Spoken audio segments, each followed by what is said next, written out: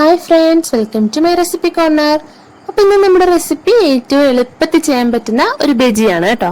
അപ്പോൾ ബ്രെഡ് വെച്ചിട്ടാണ് നമ്മൾ ഇത് ഉണ്ടാക്കുന്നത്. എല്ലാവർക്കും ഉറപ്പായിട്ടും ഇഷ്ടപ്പെടും. വെറും 10 മിനിറ്റിനുള്ളിൽ തന്നെ ചെയ്യാവുന്ന ഒരു ഈസി റെസിപ്പി കൂടിയാണ്. അപ്പോൾ റെസിപ്പി കണ്ടിട്ട് ഇഷ്ടപ്പെട്ടാൽ വീഡിയോ ലൈക്ക് ചെയ്യാനും ഷെയർ ചെയ്യാനും മറക്കല്ലേ.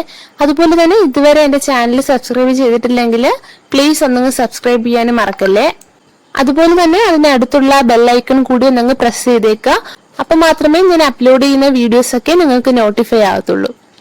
അപ്പൊ ഇനി എങ്ങനെയാണ് ഇത് ചെയ്യുന്നതെന്ന് കണ്ടു നോക്കാം. അപ്പൊ ആദ്യം ഇതിനായിട്ടുള്ള ബാറ്റർ ഒന്നങ്ങ് റെഡിയാക്കി എടുക്കണം. അപ്പൊ അതിനായിട്ട് നമുക്ക് കുറച്ച് കാര്യങ്ങൾ ഒന്നങ്ങ് ചതച്ചെടുക്കണം. അതിനായിട്ട് ഞാൻ ഇവിടെ ഒരു മീഡിയം പീസ് ഇഞ്ചി, 3 വെളുത്തുള്ളി, അധികം എരിവില്ലാത്ത 2 പച്ചമുളക്. ഇനി നിങ്ങളുടെ കയ്യിലുള്ള പച്ചമുളകിന് എരിവുള്ളതാണെങ്കിൽ ഒരെണ്ണം എടുത്താലും മതിയാകും കേട്ടോ. പിന്നെ കുറച്ച് കറിവേപ്പില.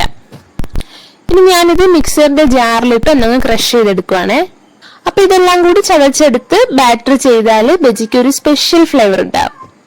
ഇനി നമുക്ക് ബാറ്റർ ഒന്ന് റെഡിയാക്കി എടുക്കാം. അതിനായിട്ട് ആദ്യം ഒരു ബൗളിലേക്ക് 1 കപ്പ് കടലപ്പൊടി ഇട്ട് കൊടുക്കാം. ഇനി അതിലേക്ക് 2 ടേബിൾ സ്പൂൺ മൈദപ്പൊടി. ഇനി അതിലേക്ക് ഒരു ക്രിസ്പിനെസ്സിന് വേണ്ടിയിട്ട് 1 ടേബിൾ സ്പൂൺ അരിപ്പൊടി കൂടി ചേർത്ത് കൊടുക്കുന്നുണ്ട്. ഇത് നമ്മുടെ അപ്പത്തിനും ഇടിയപ്പത്തിനും ഒക്കെ ഉപയോഗിക്കുന്ന നേരത്തെ അരിപ്പൊടിയാണ് കേട്ടോ. ഇനി ഇതിലേക്ക് ആവശ്യത്തിന് കുറച്ച് ഉപ്പ്. ഇനി എരിവിനായിട്ട് ഒരു 1.5 ടേബിൾ സ്പൂൺ മുളക് പൊടി. ഇത് അത്യാവശ്യം നല്ല എരിവുള്ള മുളക് പൊടിയാണ്. ഇനി ഒരു 1/4 ടീസ്പൂൺ മഞ്ഞൾപ്പൊടി, 1/4 ടീസ്പൂൺ പെരുങ്കായപ്പൊടി. ഇനി ഇതെല്ലാം കൂടി ആദ്യം നന്നായി മിക്സ് ചെയ്തെടുക്കാം. അപ്പൊ നമ്മുടെ ബാറ്റർ ഇവിടെ റെഡി ആയിട്ടുണ്ട്. ഇനി ഇതിലേക്ക് നമ്മൾ നേരത്തെ ചതച്ച് മാറ്റി വെച്ചിരിക്കുന്ന കാര്യങ്ങളില്ലേ, അത് ചേർത്തൊന്ന് ഇളക്കി കൊടുക്കാം.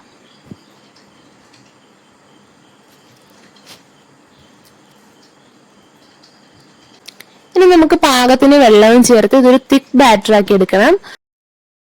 അപ്പൊ ഈ ഒരു കൺസിസ്റ്റൻസിയില്. ബാറ്റർ ലൂസ് ആയാല് പെട്ടെന്ന് എണ്ണയിലിടുമ്പോ അത് മാത്രമായിട്ട് ഇങ്ങനെ ഒന്ന് ഇളകിപ്പോകും. അതുപോലെ തന്നെ ഒരുപാട് കട്ടിയാകരുത് കേട്ടോ. അപ്പൊ നമ്മുടെ ഈ ബാറ്റർ ഒരുപാട് നേരം റെസ്റ്റ് ചെയ്യാൻ വെക്കേണ്ട ആവശ്യമൊന്നുമില്ല കേട്ടോ. അപ്പൊ ഇനി വേണ്ടത് ബ്രെഡാണ് കേട്ടോ. 4 5 ബ്രെഡൊക്കെ മതിയാവും. ഞാനിപ്പോ ഇവിടെ വീറ്റ് ബ്രെഡാണ് എടുക്കുന്നത്.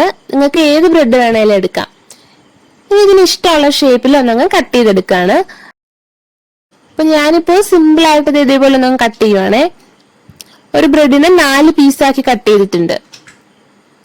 ഇപ്പൊ അവസാനമായിട്ട് ഇതിലേക്ക് ഒരു 2 നുള്ള് ബേക്കിംഗ് സോഡ ചേർത്ത് കൊടുക്കാം.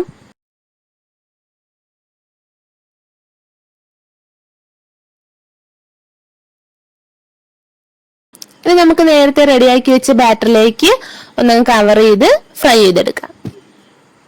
അപ്പൊ ഇതിൽ ഒരുപാട് അങ്ങനെ വെന്ത് വരാനായിട്ട് ഒന്നും തന്നെ ഇല്ല. ജസ്റ്റ് ആ ഔട്ടർ ലെയർ മാത്രം ഒന്നങ്ങ് ഫ്രൈ ആയിട്ട് വരുന്ന ആ ഒരു ടൈം മാത്രമേ ഉള്ളൂ.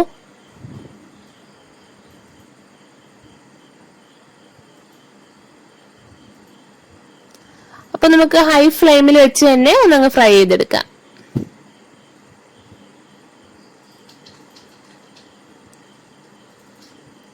അപ്പൊ ഇത് കാണുമ്പോൾ തന്നെ നിങ്ങൾക്ക് മനസ്സിലാകും ഈ ബാറ്റർ കറക്റ്റ് ഒരു കൺസിസ്റ്റൻസിയിലാണെന്ന്. അപ്പൊ ഇതുപോലെ തന്നെ എല്ലാം പെട്ടെന്ന് നമുക്കൊന്ന് ഫ്രൈ ചെയ്തെടുക്കാം. അപ്പൊ ഈ ബ്രെഡ് ബജി ചൂടോടെ തന്നെ കഴിക്കുമ്പോഴാണ് കേട്ടോ അതിന്റെ കറക്റ്റ് ക്രിസ്പിനെസ്സും ആ ടേസ്റ്റും ഒക്കെ ഉണ്ടാവുക. അപ്പൊ വീഡിയോ ഇഷ്ടപ്പെട്ടാൽ എല്ലാവരും ലൈക്ക് ചെയ്യാനും മറക്കരുത്. അതുപോലെ തന്നെ ഇതുവരെ എന്റെ ചാനൽ സബ്സ്ക്രൈബ് ചെയ്തിട്ടില്ലാത്തവർ പ്ലീസ് ഒന്നങ്ങ് സബ്സ്ക്രൈബ് കൂടി ചെയ്തേക്കണേ.